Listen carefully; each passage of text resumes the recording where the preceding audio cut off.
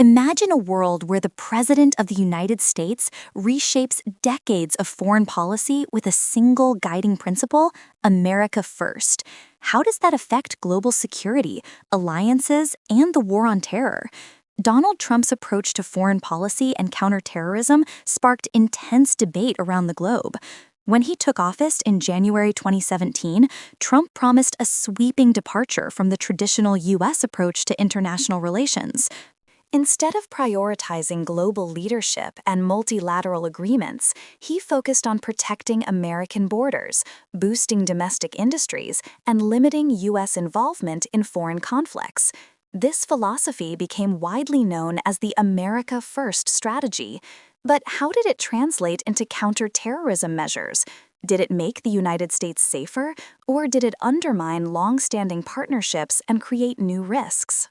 America First was not a new slogan. It had been used during earlier periods of U.S. history, particularly before World War II, but Trump redefined it for the 21st century. Under his administration, national security and counterterrorism were viewed primarily through the lens of U.S. domestic interests. This meant reducing military commitments abroad, reassessing alliances and aid packages, tightening immigration and visa processes, and prioritizing economic security as a component of national security. One of the most widely discussed aspects of Trump's counterterrorism approach was immigration. His administration implemented travel restrictions on several predominantly Muslim-majority countries, framing them as necessary for national security.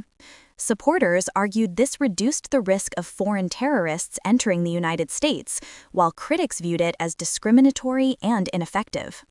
Beyond travel bans, Trump increased vetting procedures for refugees and visa applicants and pushed for stricter border control with Mexico, claiming it would reduce both illegal immigration and potential terrorist infiltration. Despite the rhetoric of reducing U.S. involvement overseas, Trump authorized aggressive military actions against terrorist groups. Under his watch, U.S. forces escalated the fight against ISIS in Iraq and Syria, resulting in the group losing its territorial caliphate by 2019. The administration approved high-profile strikes, such as the one that killed Iranian General Qasem Soleimani in early 2020, which it claimed disrupted terrorist networks and deterred Iran-backed militias. Trump's budgets poured billions into modernizing the U.S. military and funding counterterrorism operations, blending his America First philosophy with a readiness to use force when deemed necessary. At the same time, Trump's approach reshaped relationships with allies. NATO members were pressured to increase their defense spending, and U.S. troops were withdrawn or reduced in certain regions.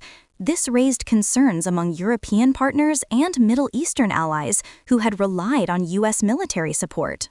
Still, Trump also strengthened some partnerships, deepening ties with Israel by recognizing Jerusalem as its capital and increasing arms sales to Gulf countries, citing joint efforts to counter terrorism and Iran's influence.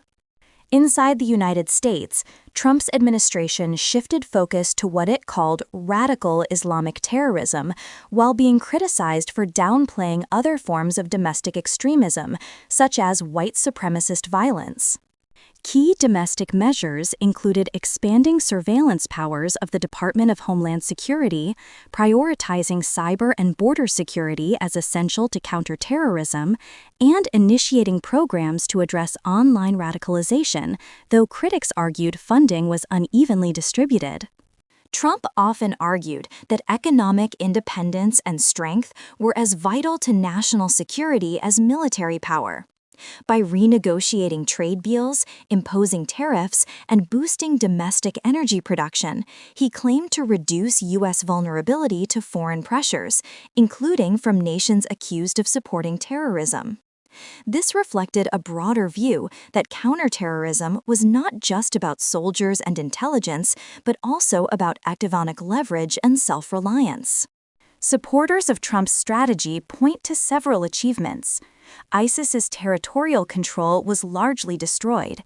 U.S. military casualties were lowered by avoiding large-scale new wars. Pressure on NATO allies forced some to increase contributions to collective defense. But critics argue that the same approach strained alliances critical to intelligence sharing and counterterrorism cooperation. Immigration policies sparked domestic and international backlash, and the narrow focus on Islamic terrorism underestimated the threat of homegrown extremist movements inside the United States. The long-term effects of Trump's counterterrorism policies are still debated. While his America First strategy recentered U.S. national security inwardly, it also sparked global discussions about the future of alliances, the limits of American intervention, and the evolving nature of terrorism in an age of cyber warfare and decentralized extremist networks. Some analysts see a template for a less interventionist U.S. foreign policy, while others warn of a retreat that could embolden adversaries and weaken cooperative security arrangements. Donald Trump's America First strategy represented a seismic shift in U.S. foreign policy and counterterrorism measures. Whether viewed as a bold defense of American sovereignty or a retreat from global leadership, its legacy continues to shape debates on security, immigration, and international alliances.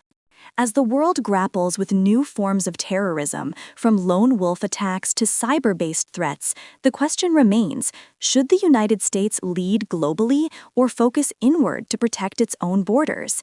That ongoing debate, sparked by the America First era, will define the next chapter of counterterrorism for years to come.